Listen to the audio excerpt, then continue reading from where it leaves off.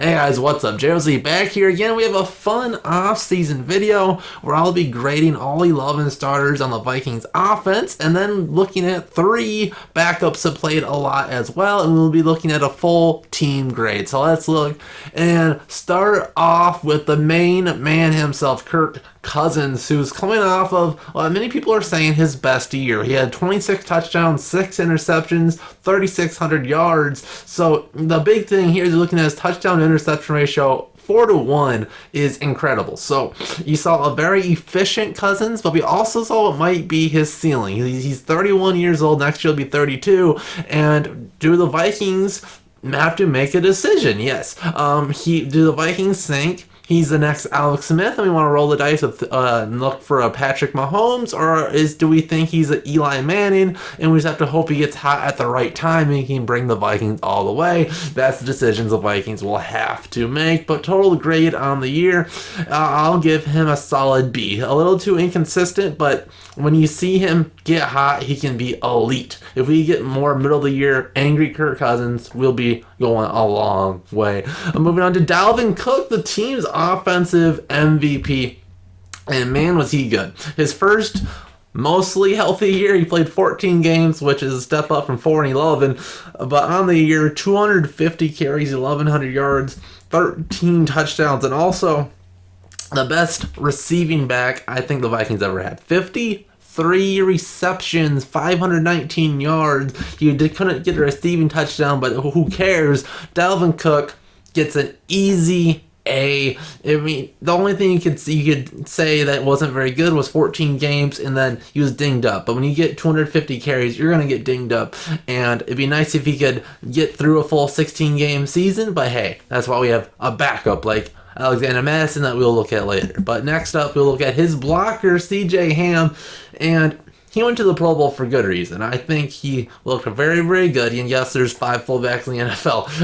But lead blocker, you saw him getting really physical. He's a good emergency back at times and a good blocker. So I think he's a easy A. But moving on to another guy that usually catches a little bit more, but he was used in the blocking a lot this year, is Kyle Rudolph. With one of his lowest receiving years, 39 receptions is extremely low for him, and 367 yards, extremely low. They're talking about last year as being a down year, and he almost doubled both stats. He had 64 receptions last year and 634 yards.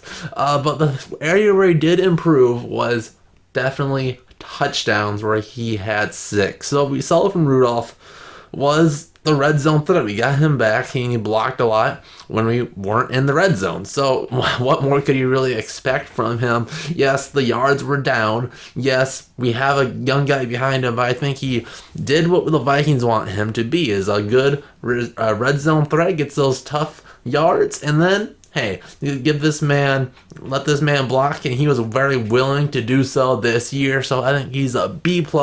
Yes, yard production was down, but he was asked to do a lot, and he came through. Moving on to the outside, man, Stephon Diggs. Thielen was hurt throughout this year, so Diggs had to do a lot of this work by himself. So he had 63 receptions, 1,100 yards, which amounted to an immense 18-yard average, and 6 touchdowns on the year. On a run-heavy offense, Diggs still produced incredibly. You could ding him on only 63 receptions, but he didn't have that many opportunities. So I think he is an easy A, even with some of the antics for the first quarter of the year. He came through and was probably offensive MVP runner-up, right behind Dalvin Cook. But moving on to his big mate, Adam Thielen, who started out the year very hot, then got hurt and never got back on track. Only played 10 games. Feels like he only played about 4. He had 30 receptions, 418 yards, and he still had 6 touchdowns. That part is good, but everything else not so good. 30 receptions, 10 games, so that's easy. 3-yard average, and average over about 42 yards a game. And that is not what we expect out of Thielen. Yes, injury, but we can't look at that too hard. Yes, he got injured, but how well did he play after he was cleared to play? And that was not very well. So I think this was probably one of his worst years since he became a full starter, maybe the worst. So I think you have to ding him pretty bad and give him a C plus for the year. Yeah, 6 touchdowns, still really, really good, but you could never really get back to it. He only basically played one good quarter of football for the team. Moving on to what many consider, rightfully so, the weak link on the team, the offensive line. Moving right to left, let's look at the best member. That's Brian O'Neill.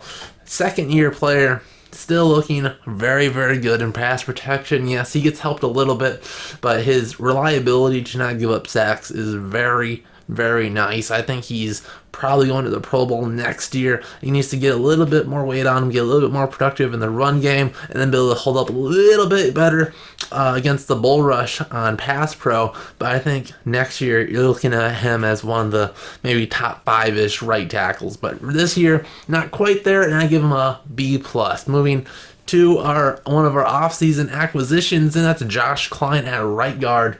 And boy, was he consistent. He was cut basically last year from the Titans and wasn't given a chance because he was their weak link. So it seemed like the Vikings were kind of pulling at strings, hoping for the best. But Josh Klein really played a very consistent ball. He missed a few games. He was dinged up a little bit, but he still, when he was in the game, benefited our offensive line and filled a role that we desperately needed at right guard. So I give him a very solid B. He wasn't sensational, but you very rarely saw him get just blown back. He was consistent in getting his blocks. He wasn't just flying by getting pancake blocks every time. And yeah, he gave up a little pressure every now and again, but just never just looked silly out there. And that was an asset for the team. Our rookie first round pick, center, Garrett Bradbury is next, and I think Bradbury summed up perfectly what I would say was inconsistent, and probably one of the most inconsistent linemen I have ever seen. Just going off Pro Football Focus, you could see some games he graded at an actual 0, so absolutely horrible. Then you had other games where he was one of our elite players, so it's really hard where to grade him. I think you have to do it. Obviously, I have to dig him for those bad games, but you saw him improved. I think when the Vikings ran the ball well, a lot of it was on Bradbury, who he looked as advertised as a fantastic reach blocker. The Grim Reacher is what they called him.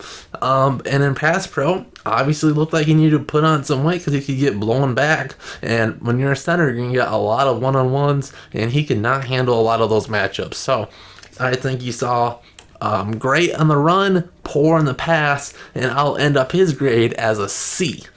Moving on to left guard, Pat Elflein, who, very similar to Garrett Bradbury, was good against the run, one of Pro Football Focus's best run blocking left guard, but oh boy, was he bad at pass pro. As I said with Josh Klein, he really rarely looks silly. My man Pat Elflein looks silly for a living in pass protection. So I do think I'm going to give him a little bit of a good points here for his run blocking, but his pass pro, especially at times against some of these better teams, was so abysmally bad. We're going to push him way down. He doesn't quite fail, but we'll give him a D on the year.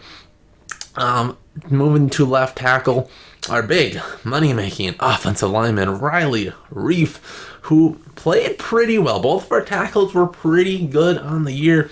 Now, the big decision for Riley was, did he play good enough for his contract? And that's probably not the case, but he was solid. Kind of like Josh Klein, but at left tackle, where he rarely looked silly, but wasn't insane. He could give up a few sacks. Probably not quite as good as our boy O'Neill, but I'll give him a B. Solid left tackle, but replaceable, especially for the money. So our total offensive production was pretty solid. Out of the 11 starters, I'll give the starting offense a solid B. Not great, But they got it done. Improved the offensive line. The big D over there in Pat Elflein could definitely get upgraded, and maybe some better year 2 play by some of these players I'll be talking about next will be a big reason why. But let's look at Irv Smith Jr. first and foremost, who had a very impressive year. If you want to check out my video on was Kyle Rudolph worth the money, I broke down some of the best receiver or best tight ends rookie years over the last couple of years, and Irv Smith did very well compared to Gronk and Antonio Gates and all those. So check out that video if you want more context on that. But he had 36 receptions, 311 yards, and 2 touchdowns, and he was, as advertised, extremely fast. I think a lot faster than I thought. He was really quick. Looked like NFL coverage couldn't stick with him. Linebackers couldn't. Safeties couldn't. And I think if the Vikings wanted to be creative, he could be George Kittle really soon. So I love what I saw out of Irv Smith. So I don't think the stats really told the number. And when Thielen went down, Smith kind of turned into the number 2 receiver. So that was fun to see. But depth chart wise, the number 2 receiver at that point was BC Johnson, 7th round pick. 31 receptions, 294 yards, 3 touchdowns. Picked up the slack of Thielen, and I think kind of looked like a mini version of Jarius Wright. Maybe not quite as good, but you saw him come up clutch on a lot of third downs and even the touchdowns early on when he was playing in. And so he also looked very good, and you have to be excited for him. I'm not sure if he's good enough to be an eventual number 2 or even a long-term number 3, but I really like him as a number 4, so I think the Vikings found themselves a very good receiver there. But moving on to our rookie running back, and probably the most impressive out of these 4 I'll be looking at is Alexander Madison, who had 100 carries on the year, 462 yards as a backup running back, and only the 1 touchdown, but that is okay. The biggest concern I have with Madison is he only made it 13 games this year, and only 100 carries, so I think that brings up some concern for me, that in 100 carries he had to miss the 3 games on the year. So you'd like to see that durability, especially from when you're a backup running back, when he's backing up an injury prone back. But what Madison gives us is the Vikings some flexibility if they see Dalvin and running backs in general as too expensive to keep around. You could be looking at Madison as a starting running back very soon, and then I think the Vikings would be set up pretty well when he did this well his rookie year. So the Vikings are set up. But let's go to another receiver who the Vikings fans and haters especially thought was gone for good. But Laquan Treadwell quietly came back. Yes, his numbers aren't looking very good. He only had 9 receptions and 184 yards, which is, by the way, a 20.4 average. This man's the best deep threat in the league. Laquan got cut, then came back and was quietly a solid contributor as a number 3/4 receiver on the team. The Vikings didn't use many 3 or 4 receiver sets, but when Laquan's number was called, you saw him put up numbers. Yeah, the 1 touchdown was a blown coverage in Seattle, but you saw him be a consistent enough receiver where I think he might warrant a spot, at least in training camp next year. Of course, he's no longer under contract with the team, so the Vikings won't really have to, but the Vikings want more competition, and Laquan may have raised some eyebrows throughout this year. His run blocking was still really good, and he showed some promise as a receiver. And right now, he probably is our 3rd best receiver on the team, even better than BC Johnson.